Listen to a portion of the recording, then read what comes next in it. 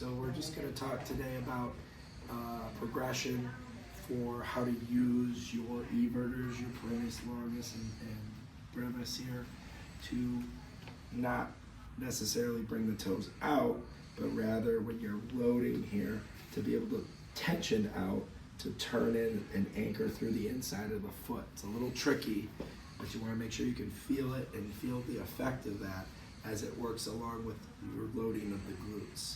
So we've done this in other videos where we kind of targeted, we want to release our parking brakes, right? So the parking brake in this case is going to be the muscle on the inside here, so that I can activate and work the muscles on the outside. So I'm going to have the tension here, I'm pulling in to activate my tibialis posterior and then release it as I come out slow, controlled, not turning too much at the knee and especially not the hip. Let that out that way. The other muscle we want to release is the piriformis, so that's our toe dippers, lying down and kind of working it that way, okay? As I think about that too, you can think about even doing something like this and turning out and then turning in like this with a straight knee. That can also work that piriformis back here. Okay, so that's a quick and easy way to do that. And so what we're going to do now is do a weight bearing version where I'm going to think about just kind of standing here, hands on hips. I want to make sure I can swivel back into each one and get in my glute, hinge my hip. And then at this point when I load is when I want to keep my toes straight and try to tension my toes out as I load. That's what my shoe there. So basically that muscle will pull the toes out like this, but the ground will block that. So as I load, that's going to bring it back in. Even though my knee and my hip are coming out and back, it's going to help me wrap that foot around an anchor and complete that tripod in the arch of the foot. So we want to kind of pull and wrap in there on my step. So what that's going to look like when I walk is I'm going to exaggerate it.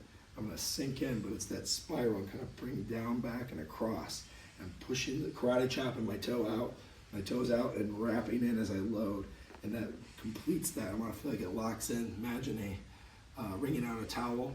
Once you take out the slack, how the fabric kind of locks, that's what you want to feel like. You're locking that whole half, like you're totally solid and locked in. Then you lift up your weight on top, take the next step, wrap through, lock in, lift up over that front foot, take your next step, and continue with that. And if you really want to exaggerate, you can make a loop, like a band, and you can put it around the balls of your feet. You can actually do it like this too. Without the loop, you can keep it here.